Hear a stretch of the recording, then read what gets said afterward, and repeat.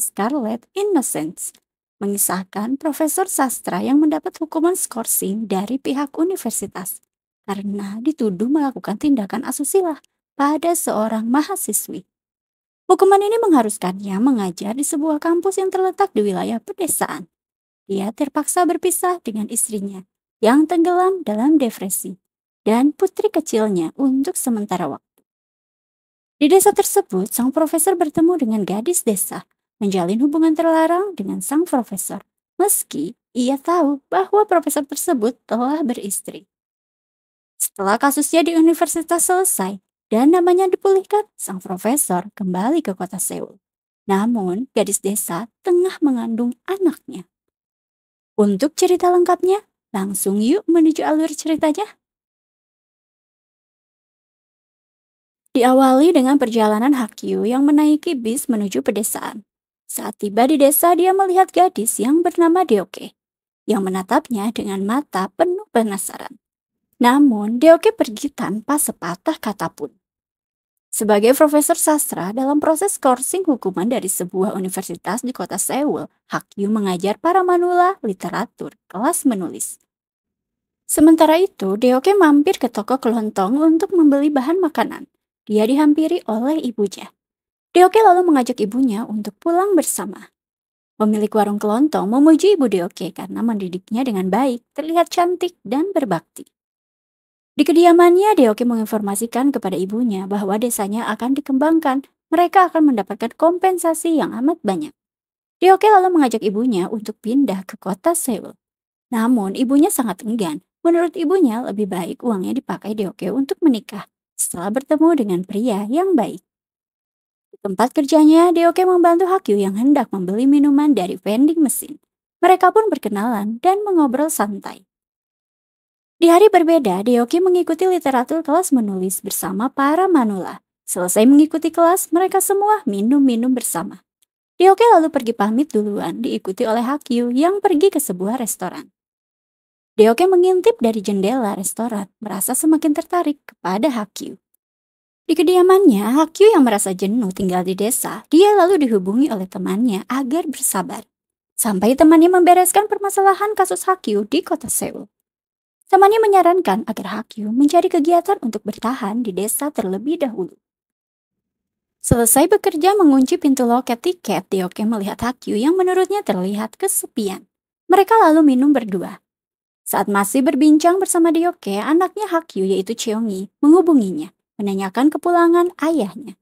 Hakyu lalu menjanjikan dia akan segera pulang. Masih bersama Deoke, Haki beralasan dia tidak bisa pulang ke kota Seoul karena istrinya tidak suka bau minuman, sementara Haki baru saja minum. Deoke pun lalu menyarankan agar Haki pergi esok hari saja saat sudah tersadar. Namun, Haki malah naik bis membuat Deoke berjalan sendirian. Tapi, bis tiba-tiba berhenti. Haki lebih memilih saran dari Deoke. Dia mengajak Deoke ke kediamannya di desa.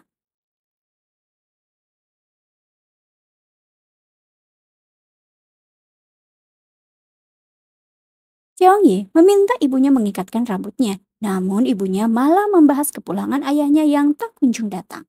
Membuat ibunya berpikir negatif dan merasa stres. Malam hari, Deoke dan Hakyu menyelinap masuk area wahana taman bermain. Mereka berdua menaiki biang lala. Menurut Deoke, ini adalah kencan pertamanya dengan lelaki yang ia cinta. Di dalam wahana, mereka pun memadu kasih.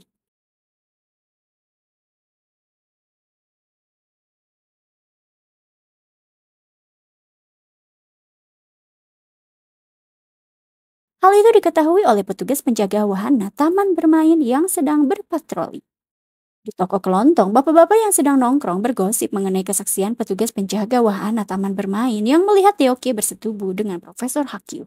Menurut mereka, hal itu sangat amat memalukan. Ibu Deoki memperhatikan perbincangan mereka seakan mengerti dan pergi begitu saja. Ibu warung kelontong menyatakan bahwa Ibu Deoki tidak mendengar pembicaraan bapak-bapak. Walau tuli, tapi dia paham yang sedang dibicarakan. Sementara itu, Deoki kencat kembali dengan Hakyu.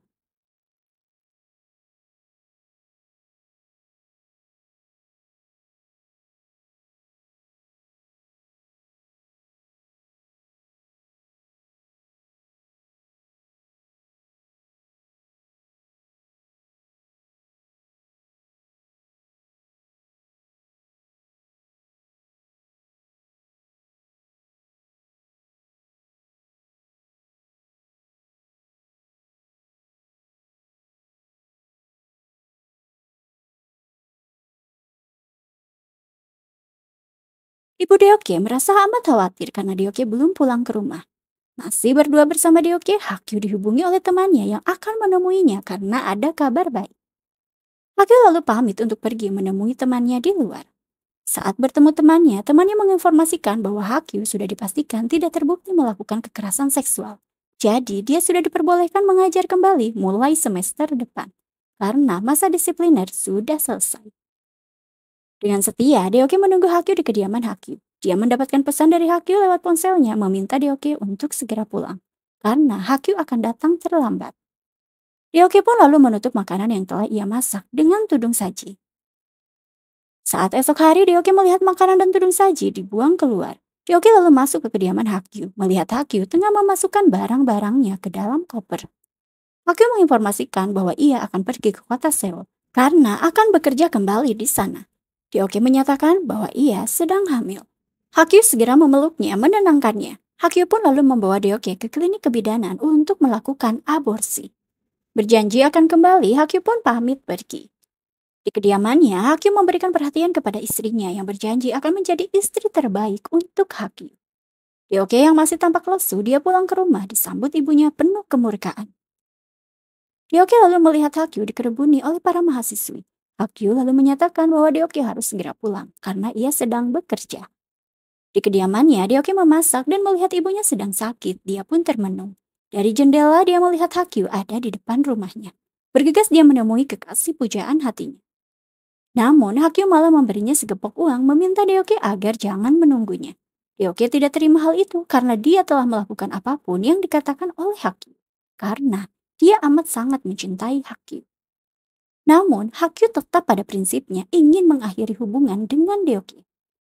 Di dalam rumah, Gordon terkena api dari kompor. Api pun membesar dengan cepat. Deoki yang melihatnya bergegas masuk hendak menyelamatkan ibunya. Sementara itu, Hakyu lalu menghubungi 911, meminta pertolongan.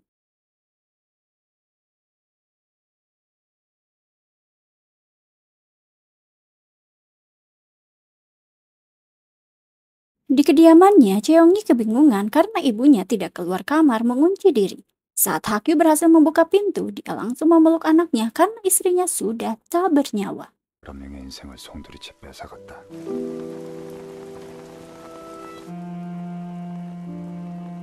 Saat kembali ke desa, Hakyu melihat kediaman Deoki porak-poranda karena insiden kebakaran. 8 tahun kemudian, Hakyu menjadi penulis terkenal, namun gemar berjudi dan melakukan seks bebas. Di kediamannya, Cheongi yang sudah dewasa dilarang kelas oleh Hakyu berpenampilan mencolok dengan sepihak sebagai ayah menghapus lipstiknya. Hakyu lalu memeriksakan matanya kepada dokter karena dia merasa matanya terlihat kabur di tengah dan semua keluar dari fokus.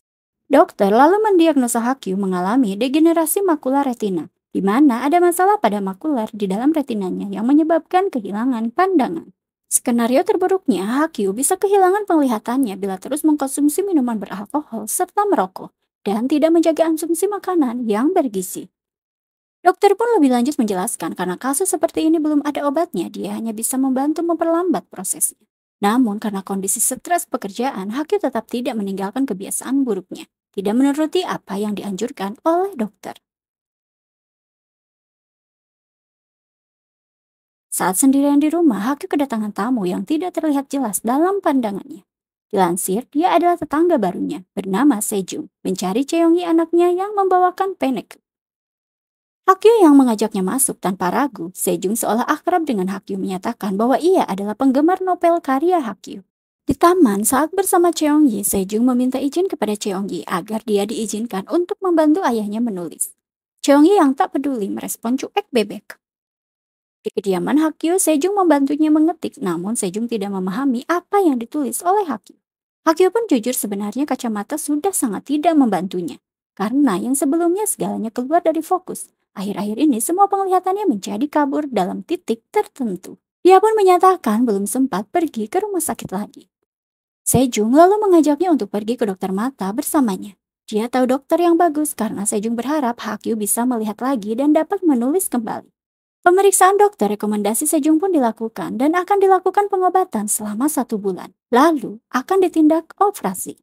Menurut dokter peluangnya tidak tinggi tapi layak untuk dicoba. Di kediaman Hakyu, Sejong menyiapkan kue ulang tahun untuk perayaan ulang tahun Cheongyi. Mereka pun menikmati kue bersama-sama. Terlihat jelas oleh Cheongyi, Sejong memperhatikan ayahnya memberikan obat dan tidak menolak saat tangannya digenggam oleh ayahnya. Membuat Cheongyi amat risih. Pemeriksaan ke dokter yang sama pun dilakukan kembali. Hakyu menyatakan bahwa dirasa olehnya saat ini dia hanya melihat kontur lingkaran hitam. Semuanya terlihat samar. Dokter menyatakan bahwa itu reaksi dari perawatan pengobatan. Dokter pun menyatakan selanjutnya akan dilakukan tahap operasi agar Hakyu bisa melihat dunia yang terang. Dan mengenai biayanya akan didiskusikan dulu dengan wali dari Hakyu yang tak lain adalah Sejong.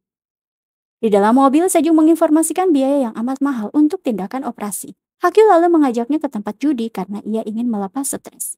Hakyu pun menggila dalam aksi judinya.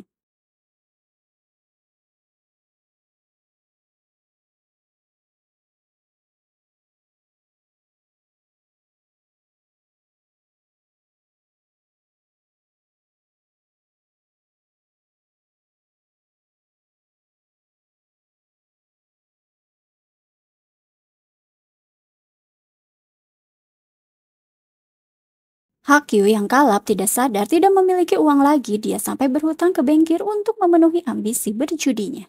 Cheongyi yang memikirkan Sejong yang amat menikmati kebersamaannya bersama ayahnya. Dia lalu mengecek laci dan ditemukan olehnya sketsa wajah seorang wanita. Di kediaman Hakyu, Sejong melayani Cheongyi dengan memberikan penekuk. Cheongyi menyatakan seharusnya ibunya bertindak seperti Sejong saat ini. Namun faktanya ibunya hanya terdiam di kamar stres sendirian. Tidak pernah memperhatikannya. Cheongyi secara tegas mengatakan, namun ia tidak ingin Sejong menjadi ibunya. Sejong pun mengiyakan dengan memeluknya. Faktanya dengan mata telanjangnya, Cheongyi harus menyaksikan perbuatan mesum ayahnya dengan Sejong. Hakyu mendengarkan sesuatu, dicurigai olehnya itu adalah Cheongyi. Mereka lalu menyudahi perbuatan mesumnya. Masih di kediamannya, Hakyu kedatangan penagih bankir yang menagih hutang pasca berjudi dengan bunga yang tinggi. Saat Cheongyi datang sepulang sekolah, para penagih pun pamit pergi. Cheongyi lalu menghampiri ayahnya. Dia melihat foto-foto dirinya saat di sekolah membuatnya merasa takut. Cheongyi lalu curhat kepada Sejong. Karena begitu takut, bahkan untuk pulang ke rumah dia tidak mampu karena para penagih hutang terus datang setiap hari. Tidak mampu membayar hutangnya, Hakyu dihajar habis-habisan. Dia pun terpaksa menyetujui memo yang diberikan oleh penagih hutang. Saat sedang asik sendirian di kediaman Sejong, Cheongyi dibius dan dibawa oleh para penagih bankir. Mengetahui anaknya dibarter dengan hutangnya, Hakyu pun merasa frustasi. Cheongyi yang telah siuman diberitahu oleh sang penagih hutang dengan menunjukkan memo ayahnya yang menjual Cheongyi demi uang. Cheongyi pun berasumsi pasti ayahnya diancam sampai melakukan itu. Dia lebih lanjut menanyakan mengapa mereka bisa menemukannya, padahal dia berada di kediaman Sejong. Sang penagih melontarkan pernyataan bahwa Sejong adalah Deoke, seorang gadis yang naif. Di kediamannya, Sejong memasak sup kimchi dengan resep yang bombastis untuk Hakyu. Hakyu lalu mencoba masakan kekasihnya dengan tidak menikmatinya. Menurutnya, masakan Sejong terasa aneh. Sejong pun menyatakan bersyukurlah karena sampai saat ini dia yang merawatnya, menjaga Hakyu. Saat Sejong membersihkan badan Hakyu, Hakyu menanyakan kondisi dari Cheongyi.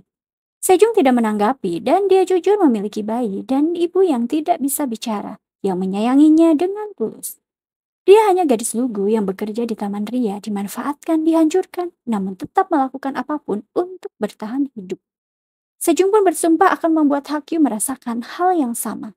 Mendengar hal itu, Hakyu menarik Sejong menyadari dia adalah Deoke. Sejong alias Deoke lalu menyatakan bahwa Cheongyi telah tiada, tidak diketahui keberadaannya sekarang. Dan Hakyu lah penyebabnya. Hakyu merasa tak percaya dengan kenyataan yang ia harus hadapi. Masih di rumah Deoke, Hakyu berjalan menuju suatu ruangan. Dia pun membuka pintu dan terdengar suara rintihan dari Deoke. Secara samar terlihat oleh Hakyu, Deoke sedang melakukan perbuatan mesum dengan orang lain. Hakyu lalu pergi keluar kembali dan menutup pintu. Selesai berbuat mesum dengan dokter mata, dipastikan oleh dokter mata Hakyu tidak dapat melihat lagi, kecuali dengan mendapatkan transplantasi. Selepas dokter mata pergi, Deoke menghampiri Hakyu, melihat dari kejauhan. Hakyu tengah mengungkapkan perasaannya dengan mengetikkan ke laptopnya. Walau ingin balas dendam, tapi Deoke yang masih cinta merasa sedih melihat kondisi Hakyu yang sekarang. Saat Hakyu tertidur, Deoke menghampirinya dan tidur bersamanya. Mereka lalu mencari udara segar di luar. Tiba-tiba Cheongyi datang dan menyapa Deoke, menyatakan ingin makan panekuk yang ia rindukan. Di dalam rumah menikmati panekuk buatan Deoke, Cheongyi menceritakan saat dia bertemu dengan konglomerat tua yang mengizinkannya tinggal dimanapun yang ia mau. Cheongyi menyatakan ia ingin tinggal bersama Deoke. Sebelumnya, konglomerat tua itu juga memberinya uang setiap hari senilai 1 juta won. Namun, Cheongyi menolaknya karena dia tidak perlu uang, hanya ingin di dekat konglomerat tua. Di ruangan berbeda, Deoki menghubungi penagih hutang menanyakan mengapa dengan mudah Cheongyi bisa muncul di hadapannya kembali. Penagih hutang menyatakan bahwa Cheongyi diloloskan karena sudah melunasi semua hutang ayahnya. Saat Deoke mandi, Cheongyi melihat luka di punggung Deoke, berasumsi luka yang diberikan oleh ayahnya. Cheongyi lalu menyatakan bahwa ia berharap Deoke menjadi ibunya. Deoke lalu datang ke klinik dokter mata di parkiran. Cheongyi dan konglomerat tua memantau Deoke yang baru keluar dari mobilnya. Deoke yang berada di ruangan dokter mata hanya mendapati Cheongyi menyatakan bahwa mengetahui ayahnya menjadi buta karena dokter rekomendasi Deoke di klinik ini. Cheongyi menyatakan bahwa Deoke harus membayar apa yang sudah ia lakukan terhadapnya dan ayahnya. Sementara Cheongyi dan konglomerat tua menunggu di luar, Deoke lalu menghampiri Hakyu yang bercerita bahwa Cheongyi membawakan dokter yang bagus. Hakyu merasakan aura berbeda dari putrinya yang terlihat lebih berani. Deoke lalu mengatakan bahwa ia tidak bisa bersama Hakyu lagi. Mendengar hal itu, Hakyu memohon agar diberi kesempatan kedua memperbaiki kehidupannya untuk Deoke dan Cheongyi. Deoke tak terima pernyataan dari Hakyu. Menurutnya, Hakyu jangan seolah menjadi pria yang baik. Hakyu harus menjadi pecundang sampai akhir. Hakyu lalu meminta maaf atas apa yang pernah terjadi. Dia menyatakan mencintai Deoke. Saat memohon untuk dimaafkan Deoke sembari memeluknya, segera mereka dibius tak sadarkan diri. Dan setelah itu Deoke tidak bisa merasakan penglihatan yang dulu. Dia ditemani oleh Hakyu yang sudah bisa melihat sempurna berkat transplantasi mata dari Deoke. Hakyu merasakan cinta yang pasti dari Deoke. Mereka pun hidup berdampingan. Dan kebersamaan Deoke dan Hakyu tersebut menjadi akhir dari drama Scarlet Innocence. Terima kasih untuk yang sudah mantengin suara Cece sampai drama ini berakhir. Jangan lupa subscribe dan nantikan film drama seru lainnya. Cece pamit, bye!